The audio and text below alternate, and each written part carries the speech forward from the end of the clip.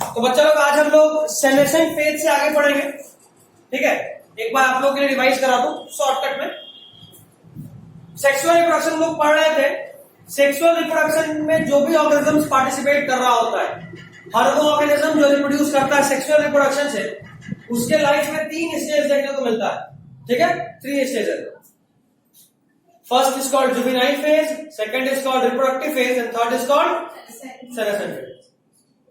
Juvenile phase life का वो phase होता है जब कोई ऑर्गेनिज्म सिर्फ और सिर्फ ग्रो कर रहा होता है। अभी तक वो सेक्सुअली मैच्योर, पीछे वाला फाइल कर दो, लंबा वाला रोटेट करा के, हाँ रोटेट करा के रुको रुक जा, घूम के वापस चेक करवाएगा तब करना। खींचो बस, ठीक है। आ रहा है नहीं आ रहा ना, हमने कर दूंगा, ठीक है। आपसे कह रहा हूँ कि भी आपको ठंडा नहीं करना ज्यादा, ठीक है ना। नहीं, बाहर के मुकाबले जो आया उसको समझ में आ रहा है कितना ठंडा कर रहा है।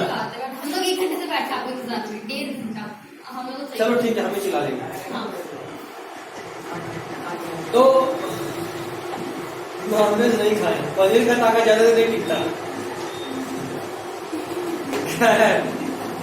तो लाइफ का 3 स्टेज। जुवेनाइल, जब तक में कोई ऑर्गेनिज्म सिर्फ ग्रो कर रहा होता है उस वक्त तक उसमें रिप्रोडक्शन की एबिलिटी नहीं होता है, सिर्फ ग्रो कर रहा होता है बॉडी। उसके बाद लाइफ का सेकंड स्टेज होता है रिप्रोडक्टिव फेज।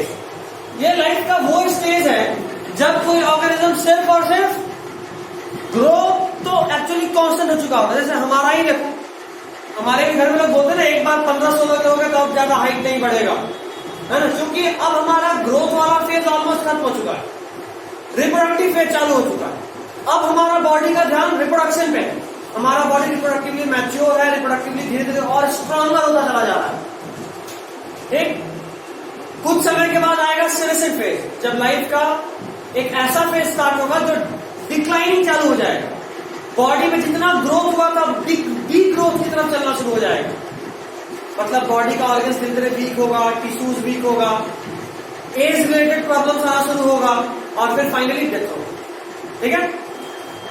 रिप्रोडक्टिव फेज में हम लोग 2-3 पॉइंट और पढ़े थे। प्लांट के केस में, plant on the basis of life span 3 तरह का था। कौन?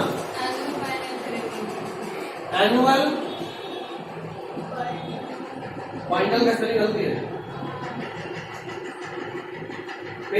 एनुअल जिस प्लांट का लाइफ स्पैन सिर्फ 1 साल है, बाइनियल जिस प्लांट का लाइफ स्पैन 2 साल है, और पेरिनियल जिस प्लांट का लाइफ स्पैन 2 साल से अधिक है।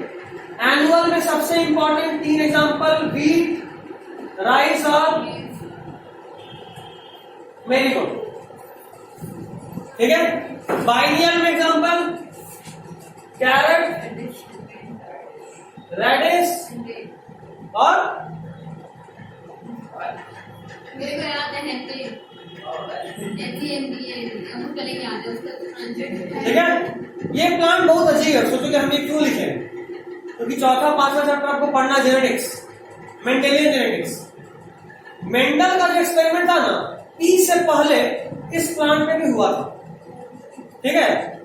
तो एक तरह का बीन का प्लांट है, बीन समझते हो उसको क्या बोलते हैं, राजमा की शेप का सीड होता है उसमें।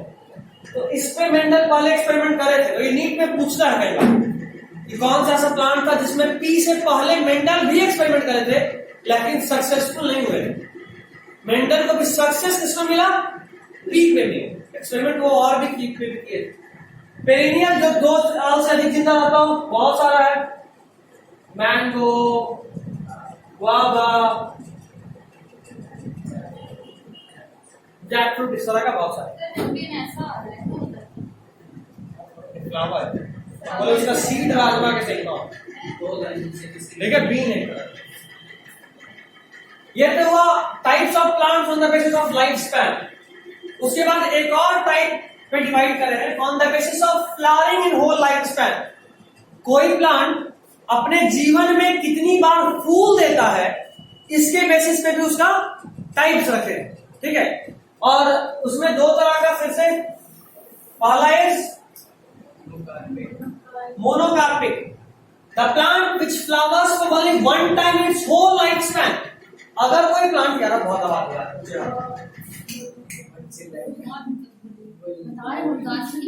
ठीक है माइक ले आए। वैसा प्लांट जो अपने पूरे लाइफ स्पैन में सिर्फ एक बार फ्लावरिंग करता है उसको बोलते हैं मोनोकार्पिक प्लांट। वैसा प्लांट जो अपने पूरे लाइफ स्पैन में सिर्फ एक बार फ्लावरिंग करता है उसको क्या बोलते हैं? Monocarpic plant. जैसे मान लो जो प्लांट सिर्फ एक साल जिंदा ही रहा, जैसे गेहूं लगा तो पहले उसमें फूल आएगा, फिर गेहूं का बाली आएगा, फिर वो मैच्योर होगा और पूरा प्लांट डेड हो जाएगा, फिर वही गेहूं का पेड़ पुआल बन जाता है ना। तो ये पूरा एक लाइफ स्पैन था। उसी तरह अगर हम कैरेट या रेडिश में बात करें तो पूरे लाइफ में सिर्फ एक बार फूल देता है। याद रखना, हर पेड़ जिसपे फल आता है वो फल पहले फूल के फॉर्म में होता है। आप 10th में सेक्सुअल रिप्रोडक्शन में पढ़े हैं कि सेक्सुअल जब रिप्रोडक्शन हो रहा होता है तो जैसे ही सेक्सुअल रिप्रोडक्शन हुआ, आफ्टर सेक्सुअल रिप्रोडक्शन उसका जो ओवरी है फ्लावर का वही फ्रूट में डेवलप होता है। पढ़े थे ना? तो मतलब अगर आज फ्रूट दिख रहा है मतलब कि कभी वो ओवरी के फॉर्म में रहा होगा, मतलब कि कभी वो फूल रहा होगा। हर प्लांट जितना बार फल देगा उतना बार उसमें फूल आएगा। अब कोई गाजर का पेड़ अगर लगाया, पेड़ नहीं होता है, प्लांट होता है, पौधा होता है, तो अगर आप गाजर लगा रहे हो तो पूरे लाइफ में सिर्फ एक बार फल आता है ना उसमें। ऐसा तो नहीं एक बार आप गाजर काट के डाली फिर से गाजर आ गया, ऐसा नहीं होता। गाजर खुद ही रूट है ना। Carrot is a root. Potato क्या है? Sweet potato. स्वीट पोटैटो का साइंटिफिक नेम बता दो। बहुत बोल रहा है।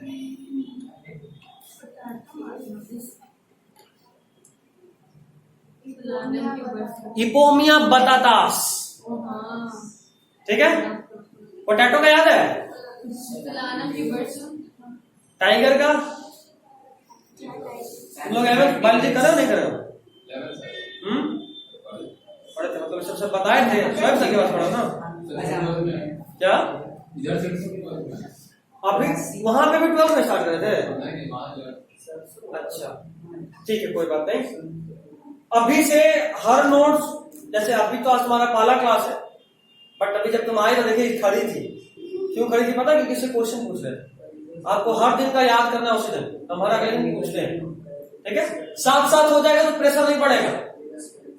हमको झेलना थोड़ा मुश्किल है, अभी थोड़ा आसान लग रहा है, लेकिन अगर हम स्ट्रिक्टली बात करें तो हमको झेलना बहुत मुश्किल है। अगर हम अपने स्ट्रिक्टनेस पे आ जाए तो ये लोग जानते हैं हद से भी मुश्किल है, लेकिन जो झेल लिया वो रिजल्ट बहुत अच्छा रहता है। तुम लोग को झेलवाएगा।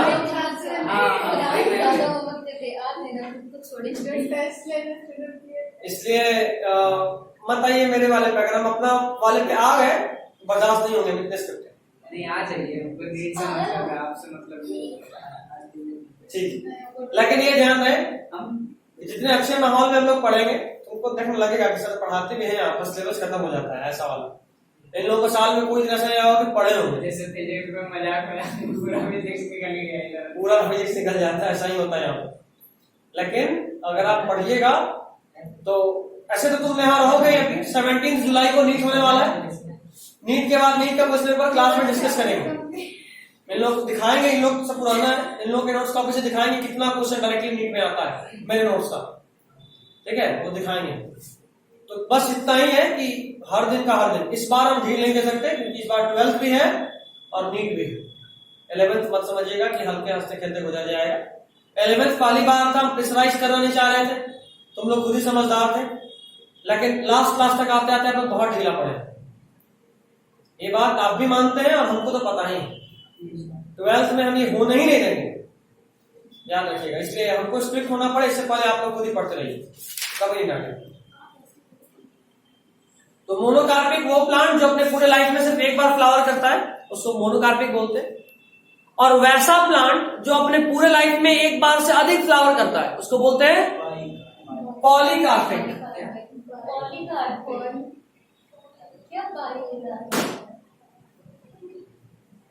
ठीक है, जो पूरे लाइफ स्पैन में एक बार से अधिक फ्लावरिंग करता है उसको क्या बोलते हैं? पॉलीकार्पिक। समझने का तरीका भी बताया, जो अपने पूरे लाइफ स्पैन में एक से अधिक बार फल देता है, मतलब एक से अधिक बार फूल भी देता होगा। जैसे आम का पेड़ साले साल फल देता है, मतलब साले साल फूल भी आता होगा। In the same way guava, jackfruit मतलब कटहल, इस तरह का जो भी प्लांट है उससे पॉलीकार्पिक है। टोटल जितने भी एनुअल प्लांट है और जितने भी बाइनियल प्लांट है, ये सही स्पेलिंग है, ये वाला गलत स्पेलिंग है, वाले का है बाइनियल का स्पेलिंग है। हाँ, तो बाइनियल प्लांट और एनुअल प्लांट सारे के सारे मोनोकार्पिक है। कुछ प्लांट पॉलीकार्पिक है जिनमें जो कि मतलब पेरिनियल होते हुए मोनोकार्पिक, सॉरी उल्टा बोल दिया, पेरिनियल होते हुए मोनोकार्पिक। सारे के सारे एनुअल और बाइनियल किसमें है? मोनोकार्पिक। और पॉलीकार्पिक में मोस्टली किसमें है? मतलब पेरिनियल में मोस्टली किसमें? पॉलीकार्पिक। कुछ एक्सेप्शन है, जैसे एक है बम्बू, कितने साल जिंदा होता है? 50 to 100 ईयर्स। एक बांस का पेड़ 50 से 100 साल तक जिंदा रहता है, लेकिन फिर भी फ्लावरिंग सिर्फ एक बार करता है। उसी तरह एक और प्लांट है, नाम है, साइंटिफिक नेम बोलो। बिल्कुल, स्ट्रॉबिलैंथस कुंथियाना। साइंटिफिक नेम है इसका नीला, सॉरी कॉमन नेम है नीला कुरिंजी। ये एक ऐसा प्लांट है जो हर 12 साल पे फ्लावरिंग करता है, हर 12 साल पे फ्लावरिंग करता है। कहां मिलता है? केरला, कर्नाटक और तमिलनाडु, केकेटी में। केरला, कर्नाटक, तमिलनाडु, इन 3 स्टेट्स में मिलता है। ठीक है, चलिए अब आप ये भी समझ गए। अब बात करते हैं सेनेसेंट फेज। नोट्स हम लिखवा भी रहे थे या फिर सर भेजा हुआ था? आप लोग लिख लिए हैं? गुड। नहीं लिखे आसिफा तो आप कब लिखोगे? कल से तो रमजान चालू है तो और बिजी हो जाओगे। ठीक है, आज रात में लिख लेना। नहीं, आज इंग्लिश का वो प्रोजेक्ट करना है तो कल लिख लेना। हाँ, कल से लिखेंगे ताकि आज बना के। बट ध्यान रहे, प्रोजेक्ट के चक्कर में अगर याद नहीं होगा उसके लिए कोई कंसिडरेशन नहीं करेंगे, रिवाइज कर लेना उसके बाद। चलिए, कुछ लोग नए भी हैं तो आज हम वापस एक बार लिखवा भी रहे, जो लोग नहीं लिखे साथ साथ लिख सकते हैं। वो पहुंचे पहले से पहुंचा हुआ उनके पास। नहीं, आज हम लिखवा देना चाहते हैं, देखिए। ठीक है, तो जो लोग लिखा हुआ है वो उनको वापस नहीं लिखना। जो लोग लिख लिया उसको वापस नहीं लिखना, जो नहीं लिखे उनके लिए। सेनेसेंट फेज नहीं, जो लिख लिया उसको नहीं लिखना। सर सेनेशन बुढ़ापा वाला है ना, हाँ। का 50 के बाद आ रहा है। बिल्कुल लिखवाता हूँ। सेनेसेंट फेज ये लाइफ का 3rd स्टेज है जो डेथ की तरफ जाता है। ठीक है, मतलब बुढ़ापा वाला, जब आप बुढ़ा होना शुरू होते समझ लीजिए जिस दिन आपका शादी हो गया उसके 5-6 साल के बाद आपके पापा मम्मी लोग स्पेन में चले जाएंगे। और जैसे बात है आपका बाल विवाह नहीं हुआ, अच्छा नहीं, तब फिर इश्यू है। आपका शादी इन द सेंस कि उस वक्त तक आपके पेरेंट्स ऑलमोस्ट 55 पहुंच चुके होंगे, अभी पहुंच चुके होंगे, तो आपका शादी मतलब कि कितना 60 के आसपास, 60-65, हाँ, तो 5-6 साल मतलब 70, तो वो पहुंच गए इस स्टेज में। ठीक है, लेकिन it is a post reproductive phase. नहीं लिखी हो तो लिख लो ना, वो स्टार्टिंग में नहीं लिखी है तो देख लो कितना पेज लिखा। अरे तो ये स्टार्टिंग में ये वाला, तो अभी बैठ के टाइम पास करने का क्या फायदा? लिख लोगे तो कुछ काम हो जाएगा ना, घर पे थोड़ा मेहनत कम हो जाएगा, भैया को तंग कर लेना बदले में। क्या बात लिख लोगी तो बाकी जो बचेगा टाइम क्या? अरे तो क्या दिक्कत है यार, कौन सा स्कूल का पेपर क्या है? अभी हम पढ़ा रहे हैं कुछ और, लिखेंगे कुछ और। अपन समझा तो दे दे। कितना पेज है देखो तो? 2 पेज छोड़ो ना। अरे ये टोटल नहीं, लिखी हो। अरे स्टिल 2 पेज ही हो सकता है, 3 पेज छोड़ो। 1 2 सेनेसेंट फेज में कितना लगा है? सेक्सुअल रिप्रोडक्शन से 1 पेज। सेनेसेंट फेज नहीं करे, उसके पहले 5 सेक्सुअल रिप्रोडक्शन से सेनेसेंट फेज तक कितना है? 5 सेक्सुअल रिप्रोडक्शन से सेनेसेंट फेज इतना हो ही नहीं सकता। 1 पेज, 1 पेज छोड़ दो। तुम लोग टोटल नोट्स कितना पढ़ा है? Total notes 5 page. उन लोगों को फोटो तुम लोग खींच लेना था पहले, 5 पेज छोड़ के लिखो ताकि उसके आगे कंटिन्यू कर लो। ठीक है, और रफ है तो कोई दिक्कत नहीं, आगे से बायोलॉजी का सेपरेट टॉपिक। ठीक है, लिखिए सेनेसेंट फेज। चलिए, it is post reproductive phase. It is post reproductive phase. It is post reproductive phase.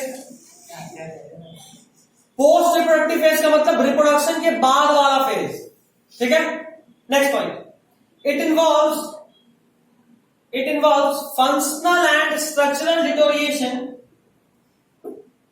It involves functional and structural deterioration. Deterioration का मतलब बॉडी का जो भी लेवल्स है, जो भी ऑर्गन्स है ना, वो धीरे धीरे कमजोर होगा, वीक होगा। तो स्ट्रक्चरली भी और फंक्शनली भी, मतलब आपका किडनी है लेकिन किडनी जितने अच्छे से पहले काम कर रहा था उससे कम अच्छे से काम कर रहा है, समझ रहे हो? ये हुआ फंक्शनल डिटोरिएशन। स्ट्रक्चरल डिटोरिएशन मतलब यार अब जो ब्लड है ना वो पंप हार्ट से हो ही नहीं पा रहा, या हार्ट का एक चैम्बर खराब हो गया, तो ये स्ट्रक्चरल डिटोरिएशन, ठीक है। हेल्दी लाइफस्टाइल रहेगा तब भी नहीं ना, नहीं तब भी हो। बुढ़ापा का मतलब कि बॉडी अपने आप होगा, उसके लिए कोई बैक्टीरिया वायरस की जरूरत नहीं है। देखते हो डॉक्टर कई बार बोलता है कि बुढ़ापा का बीमारी, इसका कोई इलाज नहीं। मतलब अगर कोई बैक्टीरिया घुस गया बॉडी में हम मार सकते हैं, कोई वायरस घुस गया मार सकते हैं, लेकिन अगर बॉडी खुद ही टूट रहा हो तो क्या कर सकते हैं?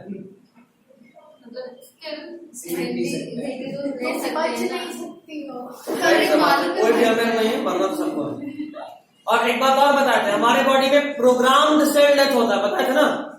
मतलब हमारे बॉडी में जिस तरह से हमारे डीएनए में टोटल लाइफ का कोडिंग है, उसी तरह हमारे डीएनए में हमारे डेथ का भी कोडिंग है। Our DNA contains the coding for our death also. Predict क्यों नहीं पाते हैं? क्योंकि हम डीएनए को टोटली डिकोड नहीं कर सकते, ठीक है। अगला पॉइंट लिखिएगा। अच्छा, मतलब उसी में it involves functional and structural deterioration of body by accumulation of waste metabolites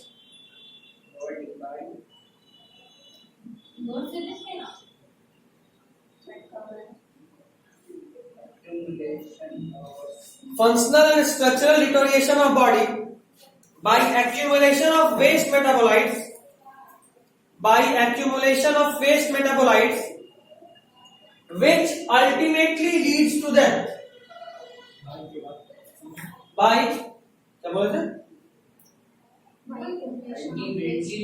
एक सेकंड, बाई के बाद क्या है वो देखो। By accumulation of waste metabolites, देख हाँ कॉपी में लिखना, पेज नाम हो लाती ना, कॉपी लाती ना, पेन लाती, क्या तो पेज दे पेज, दान दक्षिणा करना चाहिए।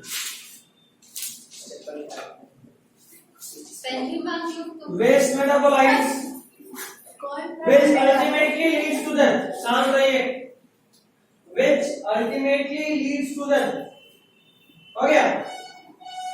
Next point, there are concomitant changes, there are concomitant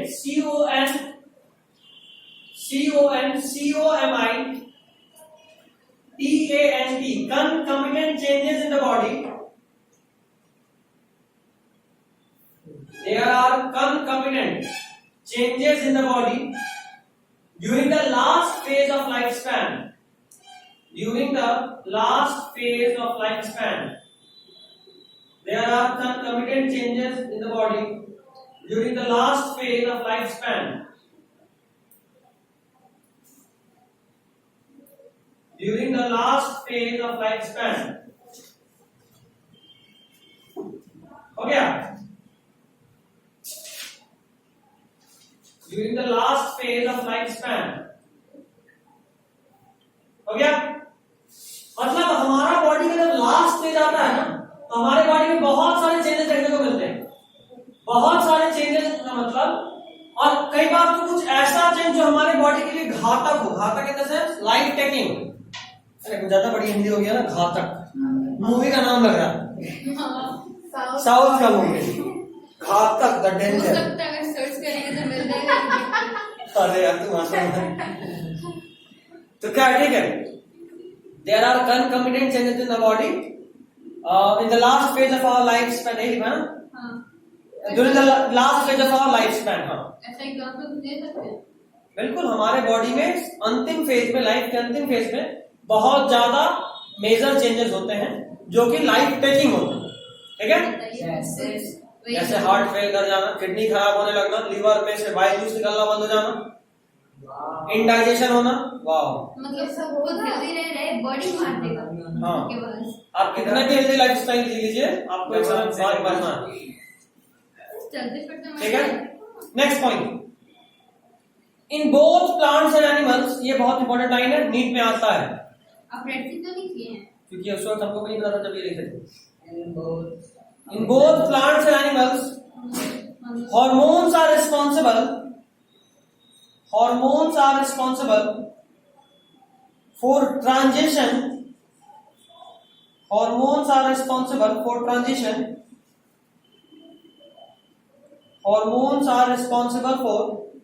transition between three phases। 3 phases ये तीनों, हाँ, जुवेनाइल, सेनेसेंट और रिप्रोडक्टिव। हार्मोन्स ही होगा। Between three phases, हो गया। नेक्स्ट पॉइंट, इन मोनोकार्पिक प्लांट्स, ये वाला लाइन हम कल समझा दिए थे, अब जो लिखवाएंगे। In monocarpic plants there is clear cut division, in monocarpic plants there is clear cut division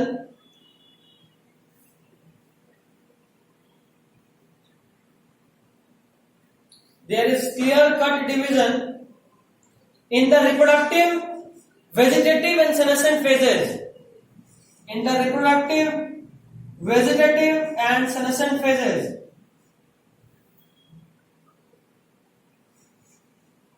In the reproductive, vegetative and senescent phases. ठीक है, जरा इसका मतलब समझते हैं। अच्छा, उसको लाइन को पहले कंप्लीट कर दे, पहले कॉमा देकर रखिएगा। But in polycarpic plants it is difficult to clearly define, it is difficult to clearly define these three phases। It is difficult to clearly define these three phases। It is difficult to clearly define these three phases।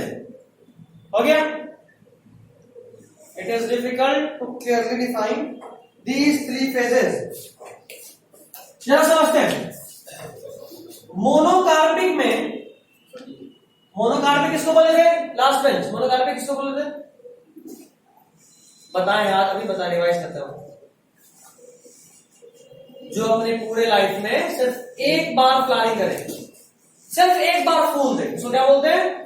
Monocarpic. या ऐसे भी बोल सकते हैं जो अपने पूरे life span में सिर्फ एक बार फल दे। ठीक है, मोनोकार्पिक। इसमें सबसे पहले कौन सा फेज? जुवेनाइल, मतलब अभी ये बच्चा है, अब खाएगा पिएगा तो क्या बनेगा? शादी का उम्र होगा, यानी रिप्रोडक्टिव फेज। अब उसके बाद टपकने का उम्र, सेनेसेंट फेज। ठीक है, एक बार बच्चा था, बड़ा हुआ, एक बार में फल फूल जो देना दिया और फिर मर गया, ये है मोनोकार्पिक। क्या अच्छा है? एक बार बच्चा था, फिर फल फूल दिया, फिर टपक गया। अभी देखते हैं पॉलीकार्पिक को। देखो, पॉलीकार्पिक प्लांट किसको बोले थे? जिसमें पूरे लाइफ स्पैन में एक बार से ज्यादा बार फूल आए, तो क्या बोलेंगे? पॉलीकार्पिक मतलब फूल का आना, कार्पिक मतलब फूल का आना, पॉली मतलब एक से अधिक बार, मोनो मतलब एक बार। समझ रहे हो? नहीं पता कोई इशू नहीं है, लेकिन अब समझो। ठीक है, धीरे धीरे अब जो पढ़ रहे हो उसमें कोई कमी नहीं, जहां दिक्कत तो वापस पूछो, कोई इशू नहीं। ऐसे भी हम लोग इतना टाइम पास करके पढ़ते हैं, पढ़ाई कर रहे हैं, उसमें तो कुछ कमी नहीं हो जाएगा। पॉलीकार्पिक, सबसे पहले जुवेनाइल फेज मतलब बच्चा है, उसके बाद बड़ा हुआ। ठीक है, जैसे मान लो आम का पेड़ था, तुम एक आम का बीज लगाए, 5 साल के बाद उसमें पहली बार फल आया, तो 5 साल तक उसका कौन सा फेज था? जुवेनाइल, क्योंकि कोई भी फूल या फल नहीं आ रहा था। ठीक है, उसके बाद फल आना शुरू हुआ, पहली बार फल आया। ठीक है, एकदम खुश है आप। किस महीने में? खट्टा निकल गया, अचार बना लेंगे। अप्रैल में आम नहीं आता, जून में आता, जून जुलाई में। जून में आपका आया फल, उसके बाद आप जुलाई में भी मिलेगा। अगस्त में आप देखिएगा उस पेड़ में से सारा फल गायब है ना, मतलब वो गैप है। इस तरफ होता एक बार बोला तो 4 क्वेश्चन फ्री। उसके बाद आएगा सेनेशन फेज। हर जगह ये होता है, बच्चा बड़ा भरना, लेकिन यहाँ पे एक गेम है। जून जुलाई में एक बार फल आया, उसके बाद अगस्त में अगर तुम देखोगे तो इसमें फल रहेगा, फूल दिखेगा नहीं। तो वो कौन सा फेज है? क्योंकि हम लोग अभी तक यही जानते हैं बच्चा में कुछ नहीं, उसके बाद रिप्रोडक्टिव में फल फूल आएगा और सेनेशन में मर जाएगा। लेकिन ये फेज, ये 2 फ्लावरिंग के बीच का गैप होता है।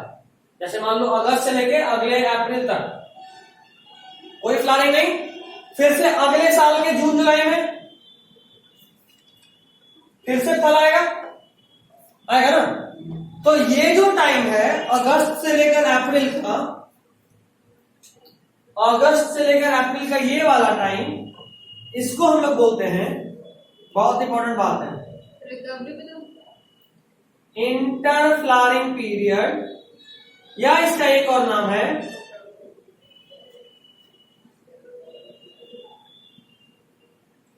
दो नाम है, क्या क्या? इंटर फ्लावरिंग पीरियड और रिकवरी पीरियड। अब एक्चुअली इस वाले प्लांट में यानी पॉलीकार्पिक प्लांट में हम लोग क्लियरली नहीं बता पाते कि जैसे मान लो ये अगस्त से लेकर जो अप्रैल के बीच में तुम देख रहे हो, तो तुमको तो लगेगा कि इस पेड़ पे कोई फूल अभी तक नहीं आया, तो तुम बोलोगे जुबिनाइल, लेकिन क्या असल में वो जुबिनाइल का पार्ट है? नहीं, फल आ चुका है, मतलब अब जुबिनाइल खत्म, वो रिप्रोडक्टिव का पार्ट है। इसलिए बोले मोनोकार्पिक प्लांट में क्लियरली पता चलता है कि प्लांट जुबिनाइल फेज में है, रिप्रोडक्टिव फेज में है, सेनेशन फेज में। जबकि पॉलीकार्पिक प्लांट में ये डिफिनेशन करना, यहाँ पे क्लियर कट डिवीजन नहीं होता है।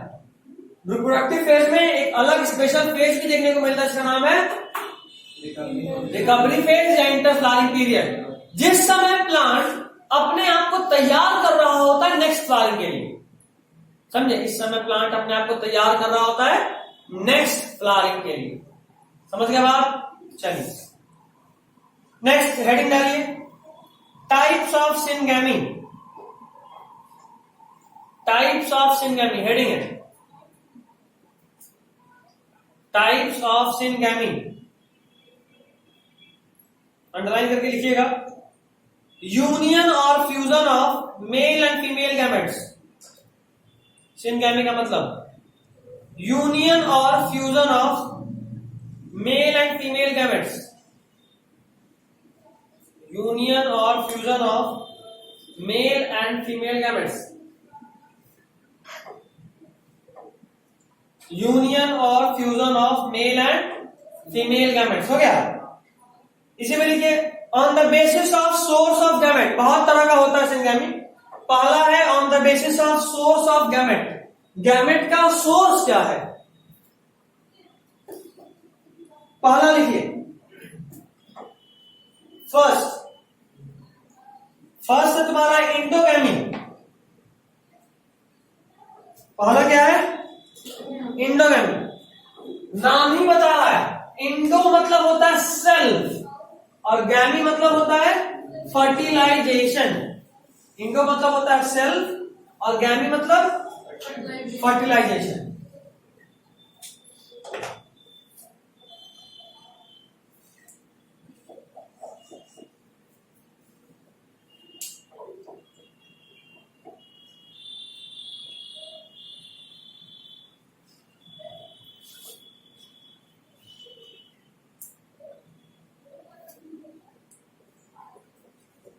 पूरे लिविंग वर्ल्ड में सिर्फ एक ही ऐसा एनिमल है जिसमें सेल्फ फर्टिलाइजेशन होता है।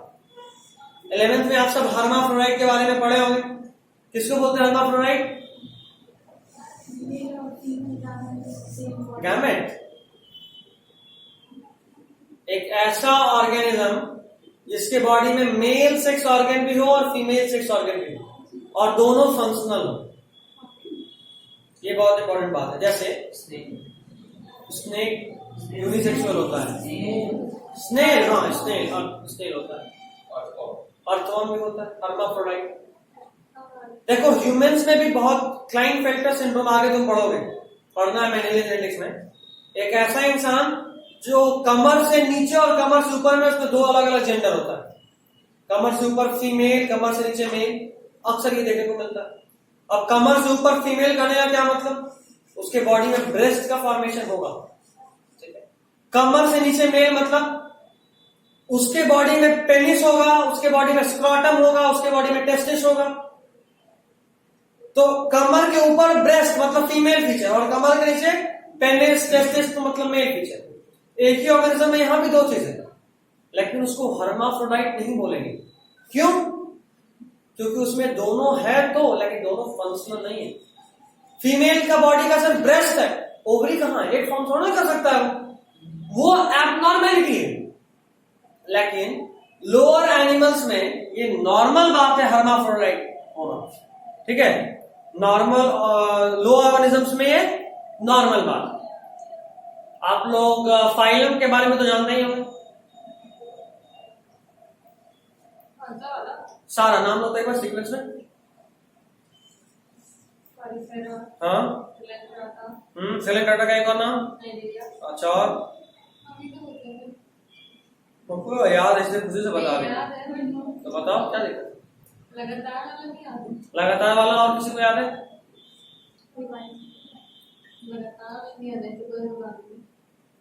वो भी बच्चे बहुत हल्के में लिए लेवल।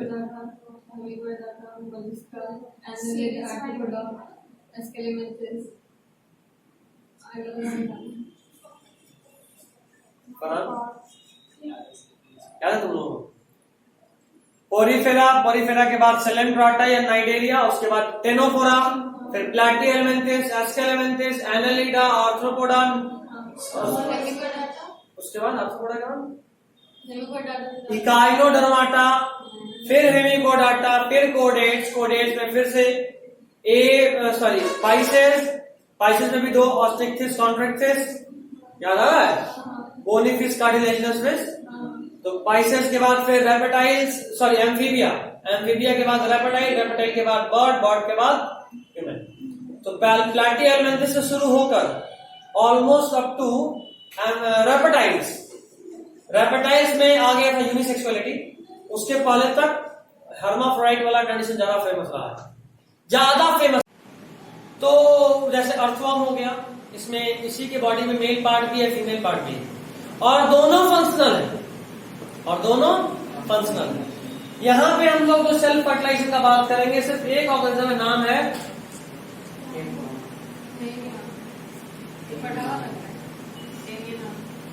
Taenia solium.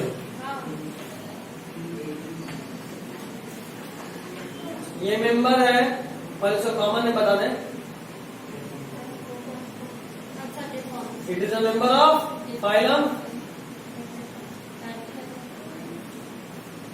प्लैटिहेल्मिन्थस, ठीक है। तो ये जो टेपवर्म है टीनिया सोलियम, ये एकमात्र ऐसा ऑर्गेनिज्म है जो हर्माफ्रोडाइट तो है, साथ में इसी के बॉडी का टेस्टिस से बना हुआ स्पर्म इसी के बॉडी के एग को फ्यूज करता है, दोनों सेम होता है, ठीक है। देखिए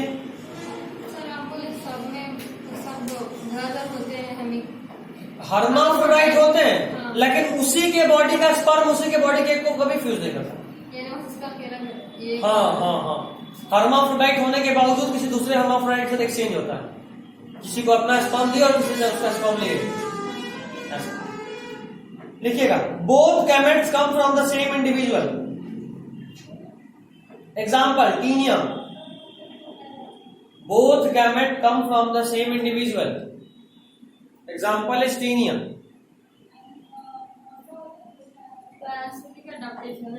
हाँ, टीनिया ब्रैकेट में ओनली एनिमल, मात्र ऐसा एनिमल है जिसमें ऐसा होता है। और एक और ब्रैकेट में लिखिएगा, due to parasitic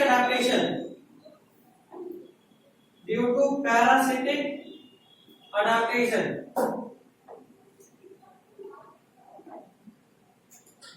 due to parasitic adaptation हो गया।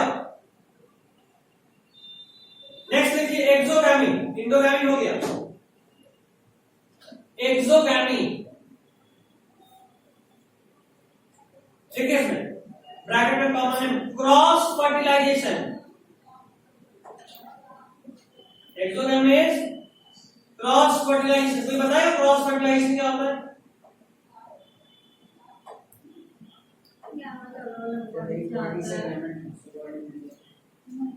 वापस बोलो।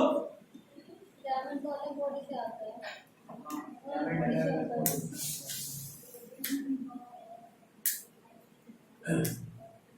अगर बॉडी में फ्यूज होने वाला गैमेट या जाइगोट बनने के लिए फ्यूज होने वाला गैमेट दो अलग अलग जगह से आया हो, मान लो एक से आया हो और फिर एक प्लांट से स्पर्म आया हो और दूसरे प्लांट से एक आया हो, जब ऐसा होता है तो उसको क्या बोलते हैं? Cross fertilisation. जैसा ह्यूमंस में होता है, एक किसी और फीमेल का स्पर्म किसी और मेल का, दोनों अलग अलग इंडिविजुअल, और जब ऐसा स्पर्म और एक का फ्यूजन हो तो उसको क्या बोलते हैं? Cross fertilization. अगर एक ही इसी का स्पर्म इसी के बॉडी में बनने वाले एक से फ्यूज कर जाए तो सेल्फ फर्टिलाइजेशन, इंडोगैमी। अगर इसके बॉडी का स्पर्म इसके बॉडी के एक से फ्यूज करे तो एक्सोगैमी या क्रॉस फर्टिलाइजेशन। देखिएगा in this case gametes, in this case fusing gametes come from two different partners. In this case fusing gametes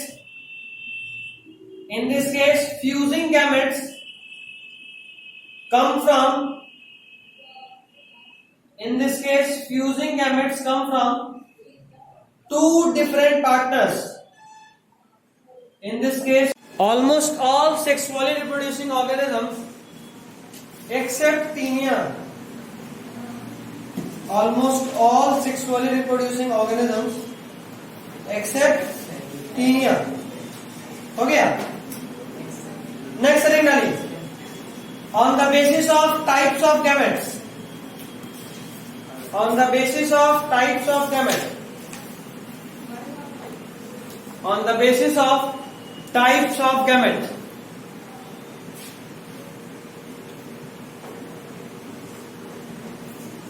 हो गया।